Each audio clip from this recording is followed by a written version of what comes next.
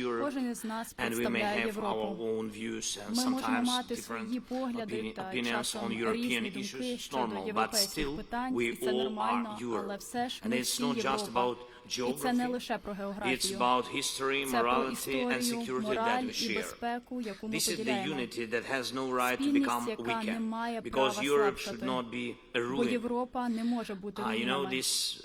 Цього вівторка я відвідав Харківську область, це на сході України, щонайменше 1 200 000 мешканців у Харкові.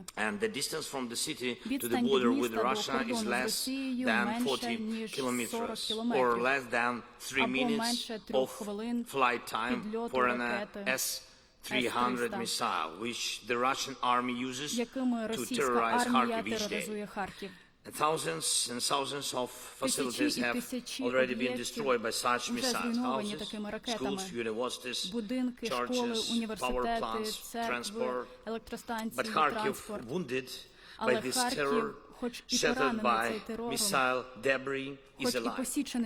And we are doing everything we can to protect people and keep regular social and economic activities. We are keeping all key institutions working, from government agencies to our education system, in particular in Kharkiv. And most children in the city study online until there is a fully effective air defense system. Children cannot attend schools. But Kharkiv has found a solution. 65 school classes with more than 1,000 children are taught not online, but in the usual way, as in schools in any other your countries, but in the subway, under the ground. School classrooms that are provided with everything children need, furniture, equipment, Wi-Fi, but in the subway, under the ground. It's really, it's 2023, and the subway is the only safe option for the city of 1 million people to bring children together for school. This is what the neighborhood with Russia means, but it is not only our neighborhood, whereas European countries border the terrorist state. And in fact, Russian propagandists and officials talk about them as the next targets of their aggression. Targets. Exactly, that's the word. Dear leaders, are there enough underground stations in your cities where it would be possible to organize protected schooling for children if Russia's threats become real, and it is preparing to make them real? I will be honest with you, as I always am. Russia is now considering various scenarios for the coming years. One of them is particularly dangerous. If there is some pause in their aggression against Ukraine, any freezing of the situation, there will be a new critical moment. 2028, if Russia is allowed to adapt now, by the 2028, the Kremlin will be able to restore the military potential that we destroyed, and it will have enough strength to attack the countries in focus of Russian expansion. And in addition to Ukraine, these are definitely the Baltic states and definitely other countries where Russian contingents are present. This is clear information from our intelligence, and we are signaling it directly to you. Russia is trying to free the situation to adapt and learning from its mistakes and preparing to move on. Please remember that the most dangerous enemy is the one who really made conclusions and prepared for the next attack based on, especially on these conclusions. Moscow clearly outlined its ambition to capture more imperial space, to prevent Europe from being a place of free nations and working democracies to break European unity. And war is Russia's basic tool for this, a tool to enslave or to manipulate others. Russia tried for decades to keep control over the neighboring nations by starting wars and by creating wars. Russia has hurt Moldova, tried to crush and divide Georgia, destabilize other parts of the Caucasus, strangles Belarus, and tries to tear pieces from the body of Ukraine. Every nation that Russia is acting against in some way or another, every state that has suffered from Russia interference or invasion, and we all have to stay in a special unity, stay together, in a special cooperation, and in a special relationship with everyone else in the European Union. We all need a format of support for the nations whose lives Russia has already tried to destroy, so that the ruin caused by Russia can never spread anywhere else. All these countries need economic support, it's true, and all these countries need security guarantees, so that Russia will not even be tempted to try to break their sovereignty even again, ever again. And a clear signal is needed. Russia has no chance. And most importantly, what will give our unity the full strength, the aggressor is most effectively neutralized by defeat in war. Right now, and right in Ukraine, we have the opportunity to cause a fundamental defeat to Russia's aggression. Together with you and our partners, we have already done things that seemed impossible to many. Together we have defended Ukraine. Europe is more independent of Russia than ever before. Europe has truly proven that it has the right to be a global center for the protection of human freedom and international law.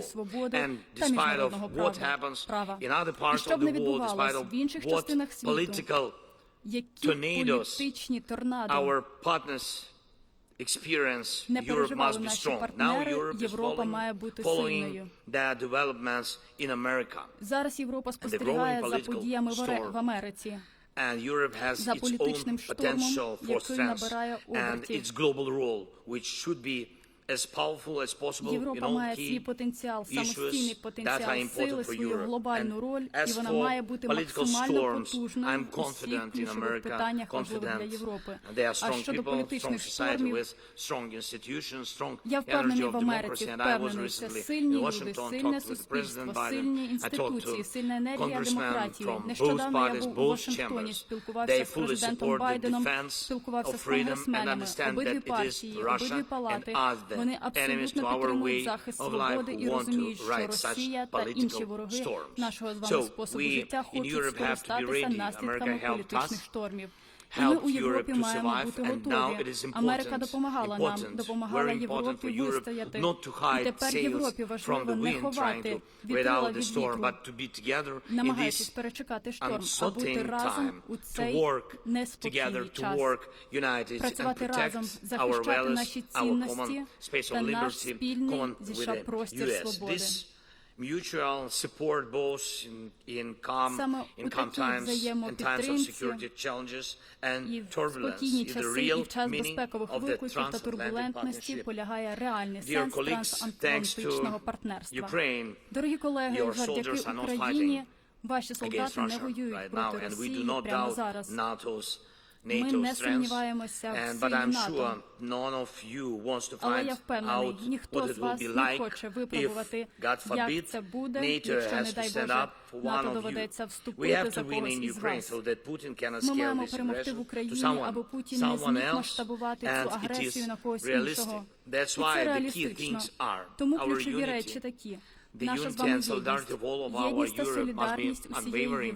The unity of all 27 EU countries, all the Europe, not only EU. The strength of our common rules and agreements, the firmness of the EU's ability to expand under the founding treaties. And I thank all of you who really work, who truly work for the strength of the Ukraine, for the strength of the EU. Secondly, we must По-друге, не можна дати Путіну дестабілізувати будь-які інші частини світу та наших партнерів, щоб зруйнувати місць Європи.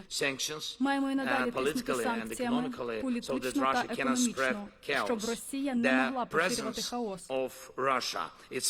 Присутність Росії, її військових або маріонеток на території будь-якої країни – це загроза усім нам. Я впевнений, ми повинні працювати разом, щоб витіснити Росію з території інших країн. Третє – можливості українських воїнів. ППО в нашій країні, особливо зараз, перед зимою, зброя в руках наших солдатів, ракети і артилерія, якою ми знищуємо позиції окупантів та звільняємо нашу землю і наші будинки. Кожен російський дрон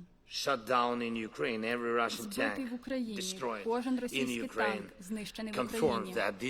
Це гарантія, що цей дрон, цей танк, будь-яка інша знищена в Україні російська зброя не ударить по комусь іншому в Європі. І я дякую вам, кожному з вас, вашим країнам.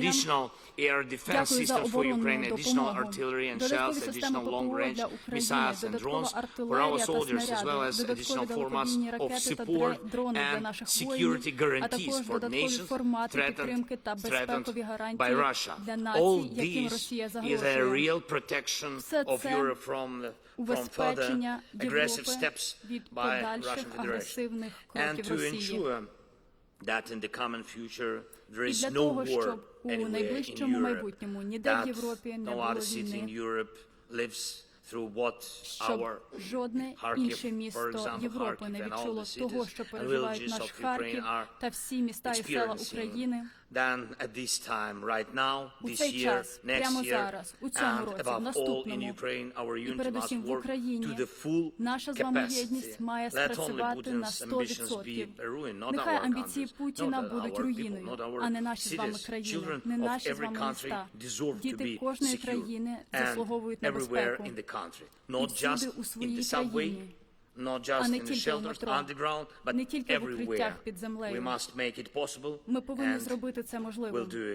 І ми зробимо це. Ми повинні виграти. Дякую за вашу увагу і за запрошення. Thank you, Volodymyr, for your testimony. And now I give the floor to President Michel. Thank you, dear Prime Minister. Thank you, dear Pedro. First of